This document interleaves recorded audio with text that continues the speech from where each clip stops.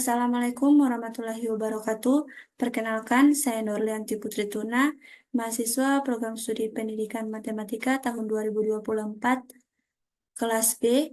Baik, di sini saya akan mempresentasikan materi tentang Islam menghadapi tantangan modernisasi, dekadensi moral, narkoba, dan korupsi oleh dosen Pendidikan Agama Islam yang terhormat Ibu Profesor Dr. Novianti Japri, SPDI, MPDI.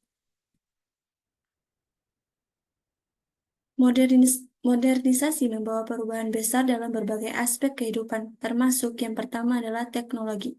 Perkembangan teknologi yang pesat seperti internet dan media sosial membuka akses informasi yang luas dan cepat, namun juga membawa dampak negatif seperti pornografi, kekerasan, dan berita hoaks. Yang kedua, globalisasi.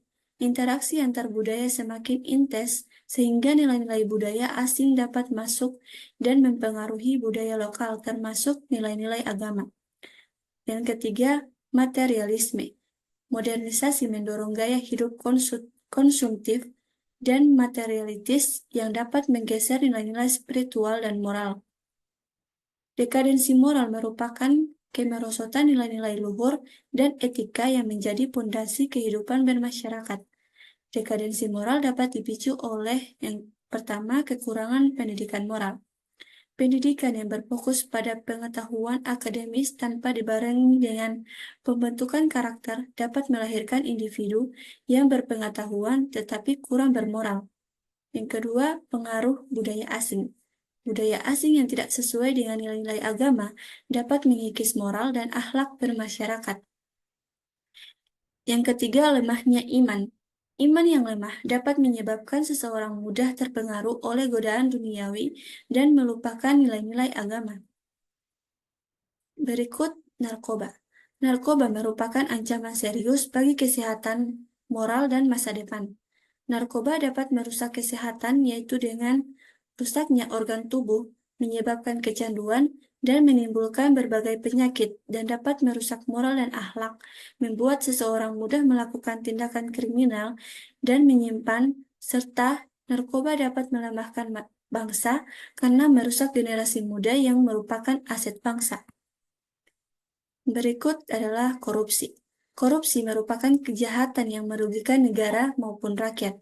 Korupsi ini dapat merugikan negara, yaitu dengan menguras keuangan negara, menghambat pembangunan, dan merugikan rakyat.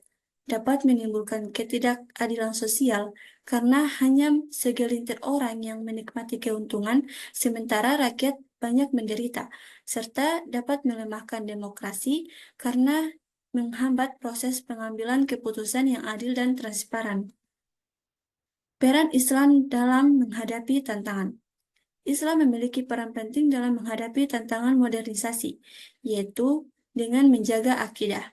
Islam mengajarkan akidah yang kuat sehingga umat Islam tidak mudah terpengaruh oleh pemikiran dan ajaran sesat. Yang berikut dengan memperkuat moral. Islam mengajarkan nilai-nilai moral yang luhur seperti kejujuran, amanah, dan kasih sayang yang dapat menjadi benteng melawannya dekadensi moral.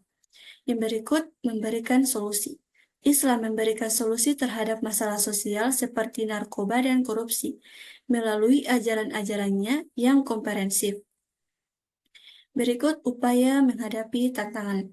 Upaya yang dapat dilakukan untuk menghadapi tantangan modernisasi antara lain dengan peningkatan pendidikan agama. Pendidikan agama yang berkualitas dapat menanamkan akidah yang kuat dan moral yang luhur. Yang kedua, pembinaan akhlak. Pembinaan akhlak yang intensif dapat membentuk karakter yang kuat dan tahan terhadap godaan duniawi. Yang ketiga, pengembangan ekonomi syariah. Pengembangan ekonomi syariah dapat menjadi solusi alternatif terhadap sistem ekonomi kapitalis yang cenderung materialistis. Yang keempat, peningkatan peran ulama. Ulama memiliki peran penting dalam memberikan pencerahan dan solusi terhadap masalah-masalah yang dihadapi umat. Dan yang terakhir, dengan penguatan peran masjid. Masjid dapat membuat pusat kegiatan keagamaan, pendidikan, dan sosial yang dapat membantu umat menghadapi tantangan modernisasi. Baik, dapat diambil dari kesimpulan bahwa Islam memiliki kemampuan untuk menghadapi tantangan modernisasi, itu dengan meningkatkan kesadaran agama, memperkuat moral, dan menerapkan ajaran Islam dalam kehidupan sehari-hari.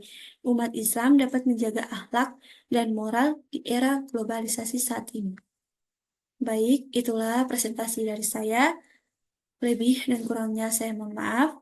Wassalamualaikum warahmatullahi wabarakatuh.